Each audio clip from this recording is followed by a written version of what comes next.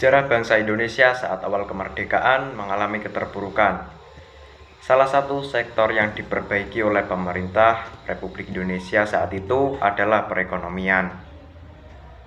Perekonomian merupakan salah satu bagian yang sangat penting dalam kehidupan berbangsa dan bernegara. Ketika Republik Indonesia terbentuk, kondisi perekonomian Indonesia justru makin kacau.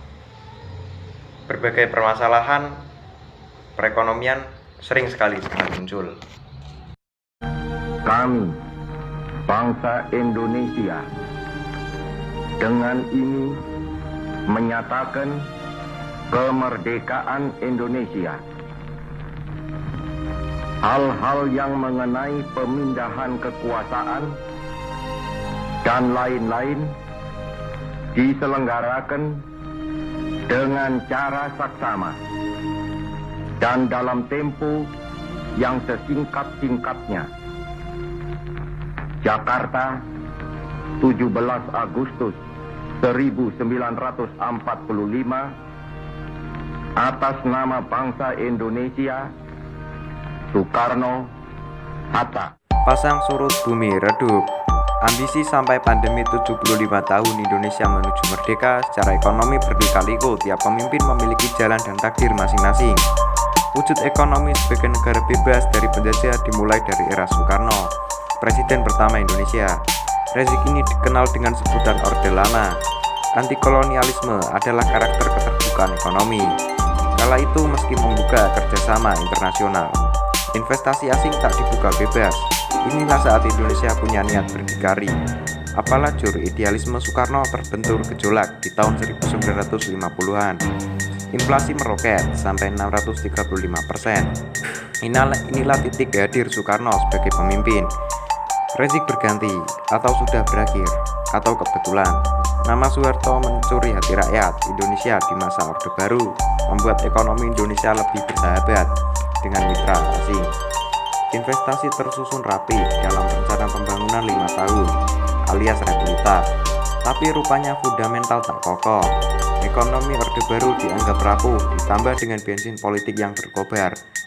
Soeharto lengser meninggalkan jejak deflasi 77,6%, ekonomi minus 13,7%. Sang jenderal pun lengser berkuasa. Ujian pelik bagi ekonomi Indonesia belum lewat. Pandemi Corona memporak-porandakan agenda tahun 2020, bahkan sampai tahun depan. Situasi buruk yang dihadapi rezim Joko Widodo, ekonomi kuarter 1 sudah turun 2,9%, kuarter 2 anjlok sampai minus 5,32%. Saatnya kita membenahi diri secara fundamental, melakukan transformasi besar, menjalankan strategi besar di bidang ekonomi, hukum, pemerintahan, sosial, kebudayaan, termasuk kesehatan dan pendidikan.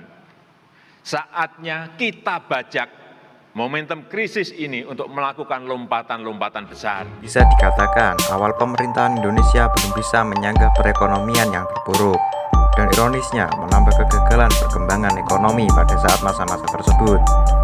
Dengan lambannya pemulihan ekonomi dan meluasnya pengeluaran pemerintah, maka tidak mengherankan bahwa inflasi dari masa perang dan revolusi terus berlanjut. Dikutip ringtimes.com dari jurnal uni.co.id, semua sektor kemasyarakatan menderita sampai tingkat tertentu akibat kenaikan harga, sehingga kemerdekaan tidak menghasilkan kemakmuran yang diharapkan oleh banyak orang.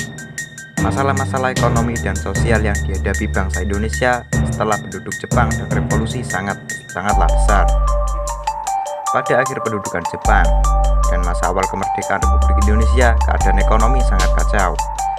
Adapun penyebab dari keadaan ekonomi yang amat buruk itu antara lain inflasi yang sangat tinggi disebabkan karena beredarnya lebih dari satu mata uang secara tidak terkendali. Kemudian pada tanggal 6 Maret 1946, pada saat kesulitan ekonomi menghimpit bangsa Indonesia, Panglima AFNI yang baru Letnan Jenderal Sri Montagu Stopford mengumumkan berlakunya uang nisa daerah-daerah yang diduduki sekutu. adanya blokade ekonomi oleh Belanda sejak bulan November 1945 untuk menutup pintu perdagangan luar negeri rakyat Indonesia.